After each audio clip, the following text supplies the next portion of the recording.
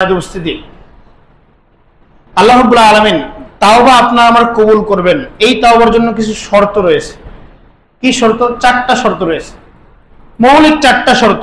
এই চারটা শর্ত যদি আপনার আমার তাওবায় থাকে তাহলে আল্লাহ রাব্বুল আলামিন আপনাকে আমাকে ক্ষমা করে দিবেন ওই ব্যক্তির মতো। আত্তাইবু মিনাজ যামবি কামান লা যামবা লাহু। তাওবাকারী ব্যক্তি হচ্ছে ওই ব্যক্তির নে যে ব্যক্তির কোনো অন্যায় নেই, মাসুম। বাচ্চা আজকে জন্ম নিলে যেমন তার কোনো অন্যায় থাকে না, ঠিক তদ্রুপ তাওবা করলে মানুষের এরকম হয়ে যায় মানুষের কোনো অন্যায় থাকে না। কয়টা শর্ত? চারটা শর্ত। এক, আইয়াকুলিয়া আনিল মাসিয়াতি। ইমাম নববী রাহিমাহুল্লাহর বিখ্যাত গ্রন্থ রিয়াজুস সালিহিন, এই গ্রন্থের ভূমিকাতে তিনি বাবুত তাওবা, তাওবা পরিচ্ছেদে শুরুতে এই চারটা আলোচনা নিয়ে এসেছেন যে এই চারটা শর্ত যদি আপনার আমার তাওবায় থাকে তাহলে আল্লাহ রাব্বুল আলামিন আপনাকে আমাকে ক্ষমা করবেন। তার মধ্যে এক নম্বর হচ্ছে আইয়াকুলিয়া আনিল মাসিয়াতি। এক, অর্থাৎ অন্যায় কাজের মূলোৎপাটন করা, মূল থেকে তুলে ফেলা, গোড়া থেকে তুলে ফেলা। অর্থাৎ যে কারণে আপনার আমার অন্যায় হচ্ছে, যেই কারণে আপনি আমি অন্যায় জড়িয়ে পড়ছি, এই জিনিসটার মূল থেকে তুলিয়ে ফেলা। বুঝাতে মনে আমি আপনাকে পারিনি। ধরেন আপনি মোবাইলের কারণে অন্যায় জড়িয়ে যাচ্ছেন, মোবাইলের কারণে গুনায় লিপ্ত হচ্ছেন, তাহলে এই মোবাইলকে মূল থেকে তুলে ফেলতে হবে। কিভাবে? মোবাইল ব্যবহার করা বাদ দিতে হবে। স্মার্টফোন যদি আপনার অন্যায়ের কারণ হয়ে দাঁড়ায়, স্মার্টফোন আপনাকে বাদ দিতে হবে। এটা হচ্ছে মূল থেকে তুলে ফেলা, গোড়া থেকে শেষ করে দিতে হবে এই জিনিসটাকে। ধরেন আপনি আপনার বাসায় যে টিভি আছে এর কারণে অন্যায় জড়িয়ে পড়ছেন, গুনায় লিপ্ত হচ্ছেন, তাহলে এই টিভিটাকে আপনার বাসা থেকে শেষ করে দিতে হবে, মূল থেকে এটাকে তুলে ফেলতে হবে।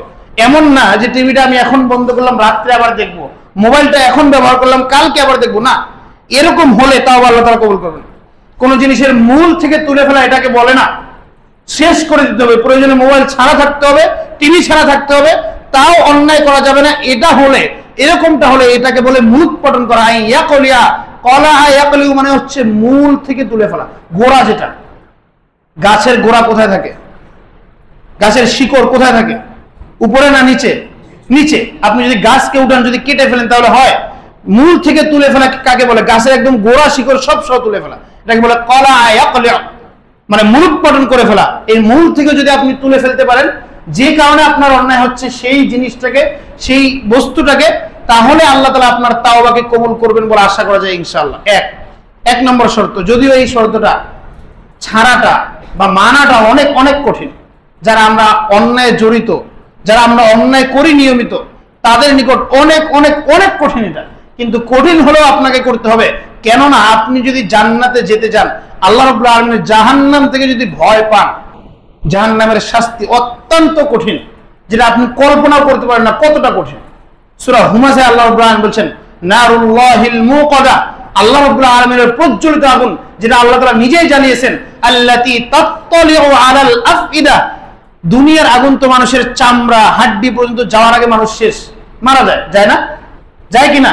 যায়। কিন্তু এই জাহান্নামের আগুন আল্লাহ তাআলা বলেছে আল্লাতী তাত্তালিউ ওয়া তাদখুলু আলাল আফইদা, এটা এমন একটা কঠিন আগুন যেটা মানুষের অন্তর পর্যন্ত ভেদ করে দিবে, অন্তর পর্যন্ত পৌঁছে যাবে, আপনার অন্তর পর্যন্ত জ্বালিয়ে শেষ করে দেবে। সম্মানিত উপস্থিতি, আল্লাহ রাব্বুল আলামিন বলছেন সাকর নামক জাহান্নামের বিবরণ দিচ্ছেন সূরা মুদ্দাসসিরে, ওয়া মা আদরাকা মা সাকর লা তুবকি ওয়া লা তাযর। সাকর হচ্ছে এমন একটা জাহান্নাম, লা তুবকি ওয়া লা তাযর, এই জাহান্নাম মানুষকে মারবেও না, ছেড়েও দিবে না। এমন না যে আপনাকে শাস্তি দিতে দিতে মেরে ফেলবে, শেষ, তাহলে তো শেষ হয়ে যেত, কিন্তু এমনটা করবে না। ওয়া লা তাযর, এবং আপনাকে অবকাশও দিবে না, ছেড়েও দিবে না, আপনাকে শাস্তি দিবে না, এমনটা হবে না।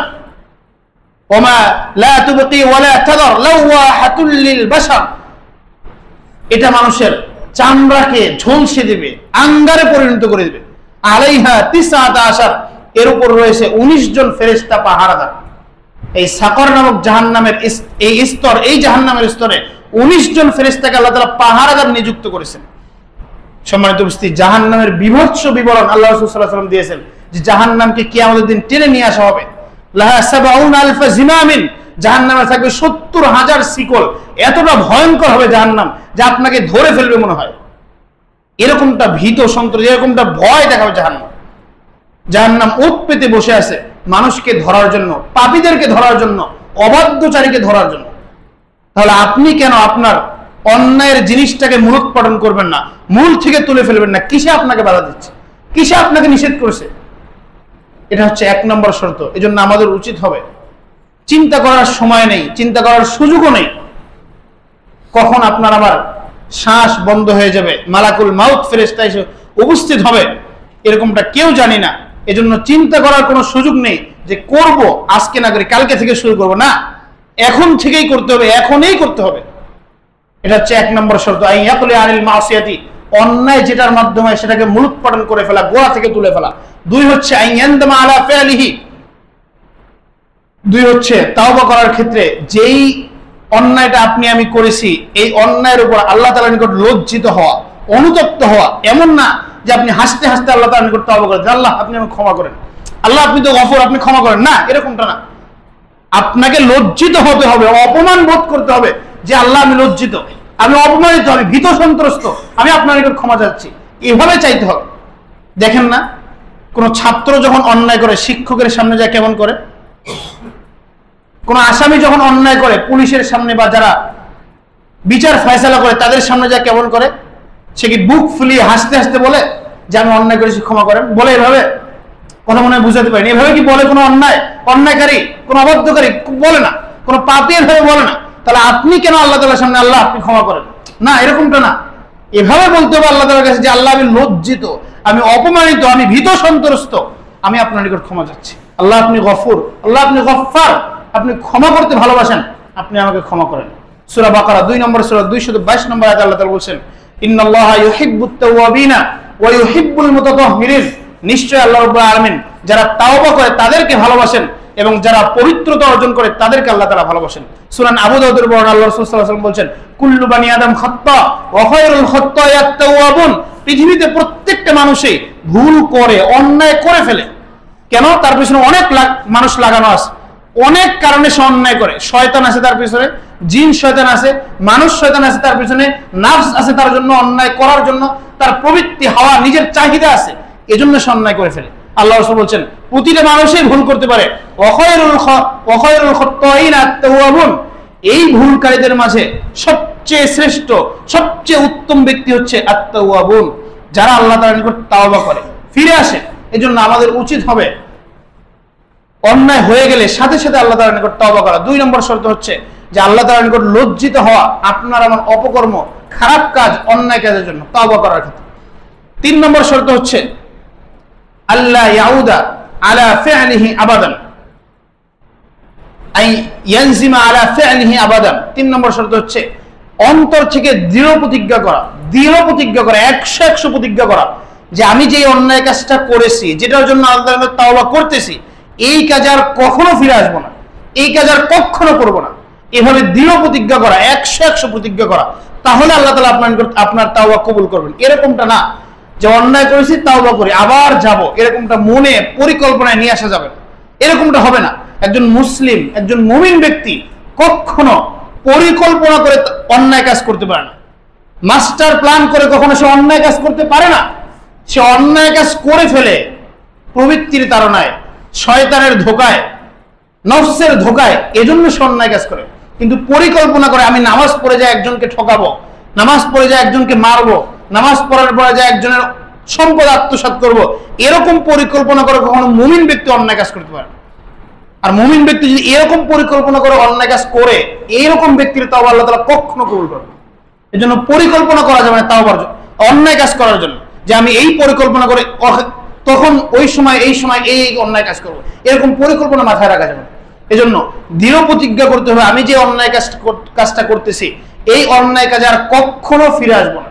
সম্মানিত উপস্থিতি, 3টা শর্ত। 4 নম্বর শর্তটা হচ্ছে একটু কঠিন আপনার আমার জন্য, সেটা হচ্ছে ইমাম নববী রাহিমাহুল্লাহ বলছেন 4 নম্বর শর্ত হচ্ছে যদি অন্যায় কাজটা, খারাপ কাজটা বান্দা সংশ্লিষ্ট হয়, বান্দার সাথে সম্পৃক্ত হয়, মানে একজন আরেকজনের, আপনি আরেকজনের সম্পদকে আত্মসাৎ করেছেন, আপনি আরেকজনকে মেরেছেন, আপনি আরেকজনকে অন্যায়ভাবে যে কোনো একটা কাজ করেছেন, তাহলে এই যে অন্যায় কাজটা বান্দা সংশ্লিষ্ট, তাহলে ওই বান্দার থেকে আপনাকে ক্ষমা চেয়ে তারপর আল্লাহ তাআলার কাছে ক্ষমা চাইতে হবে। বুঝাতে মনে আমি পারিনি, মানে যদি অন্যায় কাজটা বান্দা সংশ্লিষ্ট হয় আর যদি অন্যায় কাজটা আল্লাহ সংশ্লিষ্ট হয়, যেমন আপনি নামাজ পড়েননি, এখনই তাওবা করেন, আল্লাহ তাআলা ক্ষমা করে দেবেন। যদি আপনি রোজা রাখেননি, এখনই তাওবা করেন, আল্লাহ তাআলা ক্ষমা করে দেবেন। এটা হচ্ছে আল্লাহ তাআলার সাথে আপনার সম্পর্ক, কোনো বান্দার সম্পর্ক নেই পৃথিবীতে। আল্লাহ তাআলার সাথে যদি আপনার সম্পর্কে কোনো ঘাটতি হয়, কোনো কম হয়, কোনো অন্যায় হয়, অবাধ্য হয়, তাহলে আল্লাহ তাআলার কাছে 3টা শর্ত মোতাবেক তাওবা করলে আল্লাহ তাআলা তাওবা কবুল করবেন। 4 নম্বর শর্ত হচ্ছে যদি বান্দার সাথে কোনো সম্পর্কে যদি ত্রুটি হয়ে যায়, অন্যের সম্পদ আত্মসাৎ করে নেন, অন্যের মাল ভক্ষণ করে নেন অন্যায় ভাবে, বা যে কোনো ভাবেই হোক অন্যকে আপনি ঠকান, তাহলে ওই বান্দা যাকে আপনি ঠকিয়েছেন তার থেকে ক্ষমা চেয়ে আপনি আল্লাহ তাআলার কাছে ক্ষমা চাইতে হবে, তাহলে আল্লাহ রাব্বুল আলামিন ক্ষমা করবেন। এখানে এটা বোঝার কোনো সুযোগ নেই যে এই অন্যায়টা মনে হয় আল্লাহ তাআলা ক্ষমা করতে পারেন না। না, আল্লাহ তাআলা ইন্নাল্লাহা আলা কুল্লি শাইইন কাদির, তিনি সবকিছুর উপর ক্ষমতাবান। বিষয়টা হচ্ছে যে আপনি যাকে ঠকিয়েছেন তার হক আপনি নষ্ট করেছেন, তার হকটাকে আপনি ঠিক করেন, তারপর আল্লাহ তাআলা আপনাকে ক্ষমা করবেন। তার হক না ঠিক করে যদি আপনি আল্লাহ তাআলার কাছে ক্ষমা চান আর আল্লাহ যদি ক্ষমা করে দেন, তাহলে এটা এমন হলো যে আল্লাহ তাআলা আপনার উপর রহমত করলো, ওই বান্দার উপর জুলুম করলো। বুঝতে পারেন বিষয়টা? মানে আপনার সম্পদের জন্য অন্যায়ভাবে ভক্ষণ করেছে, এখন যদি আপনি যে আপনার সম্পদ ভক্ষণ করেছে তাকে যদি আল্লাহ তাআলা ক্ষমা করে দেন, বিষয়টা এরকম হলো যে তার প্রতি আল্লাহ তাআলা দয়া করলো এবং আপনার প্রতি আল্লাহ তাআলা জুলুম করলো। আর আল্লাহ তাআলা তো বিন্দু পরিমাণ কারো উপর জুলুম করবেন না। তাহলে আপনাকে কি করতে হবে? ওই বান্দার থেকে ক্ষমা চাইতে হবে, তারপর আল্লাহ তাআলার নিকট ক্ষমা চাইতে হবে। তাহলেই আল্লাহ রাব্বুল আলামিন আপনার এই অন্যায়কে, পাপকে, অবাধ্যতাকে ক্ষমা করবেন বলে আশা করা যায় ইনশাআল্লাহ। সম্মানিত উপস্থিতি, এজন্য আমাদের উচিত হবে আল্লাহ তাআলার সাথে সম্পৃক্ত যে কোনো অন্যায়কে তাৎক্ষণিক ক্ষমা চেয়ে নেওয়া, এবং বান্দার সাথে সংশ্লিষ্ট যদি কোনো পাপ হয়ে যায়, অন্যায় হয়ে যায়, তাহলে ওই বান্দার থেকে ক্ষমা চেয়ে নিয়ে তারপর আল্লাহ তাআলার নিকট ক্ষমা চাওয়া। তাহলেই পরকালে আপনার আমার জন্য সফলতা আছে বলে আশা করা যায় ইনশাআল্লাহ।